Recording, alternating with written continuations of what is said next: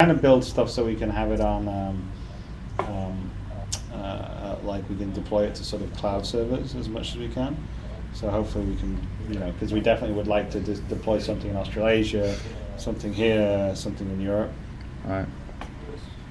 I guess, yeah. In my experience with EVE Online and whatnot, when a lot of the Australians play, and that's when they start playing with China, with Japan, and whatnot. I think, for the most part, a lot of them would rather play with New Zealand and would rather play with the Americas, even despite the time zones difference for the most part.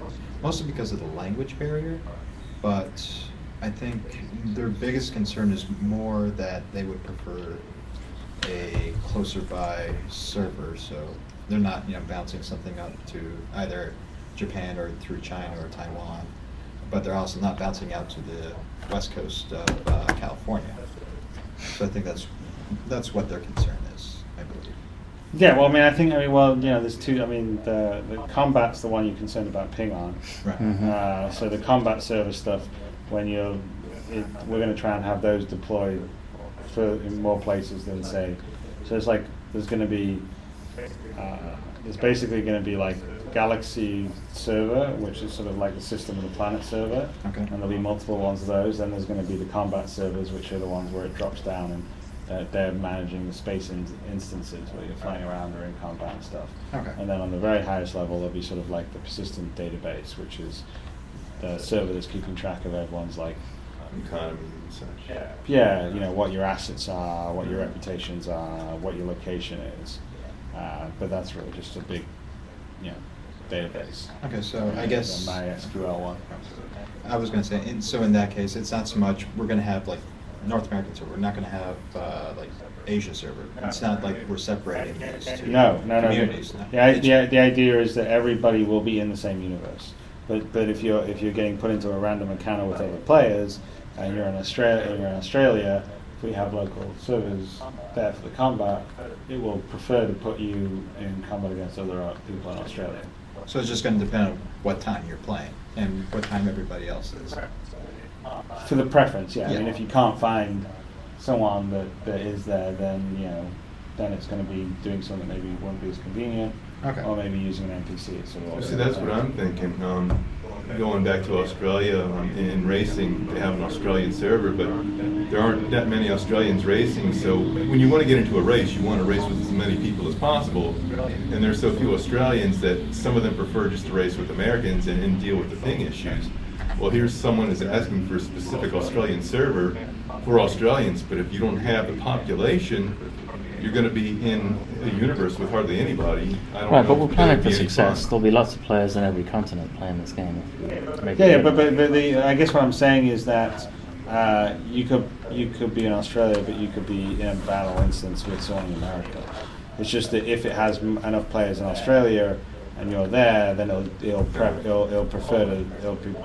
There's a whole bunch of criteria. One of them is the ping and where you are. Right. But there'll be other criteria, which is like how much, like in the random accounts, how much player versus player or how much player versus enemy you want to deal with, and then also just like kind of what your allegiances are, what your reputation is.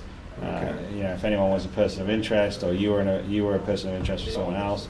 So they all get sort of put in to the matchmaking criteria, and then that sort of spits out kind of what the ideal match would be.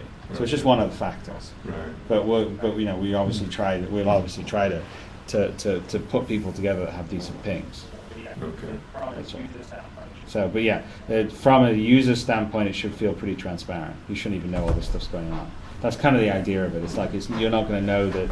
You'll fly around and it'll seem like you're in a big universe and you're running across people and you're fighting them, and so there's NPCs and real people, and you'll fly around and it'll seem pretty big and there'll be lots of stuff going on, and you just won't realize that there was probably another 4 or 5 things happening that you didn't get to see. Right. Because they're in a parallel. They had a battle instance that was like kind of where yours was, but your one was full kind of thing.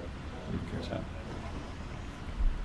And there's at least 2 different people asking if you're going to go to PAX Australia. What's that? PAX in Australia. Hey Joe. I don't know about PAX in Australia. Definitely, we'll How are definitely you? do PAX here, and we'll do Pro Gamescom in Germany. Good to hear from you. But Australia's Has not it had too far everybody? away. I don't know. I like Australia, but Has it it's, had everybody? it's too early to say. But No, I don't think on speakerphone. It's Joe Garrity from New England Museum. Hey, Joe. Hey, Joe. hey, Joe. Tired.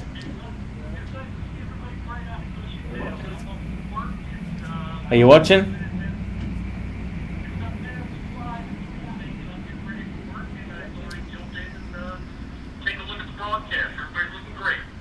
Well, thank you.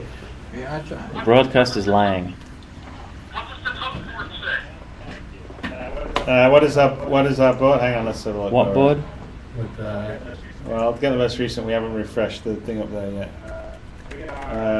We are at $5,491,000. So I know it's crazy. We're $9,000 away from 5.5 million.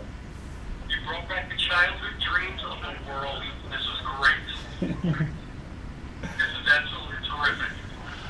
Everybody, Chris, Martin, Ben, everybody there, I want to say thank you very, very much personally.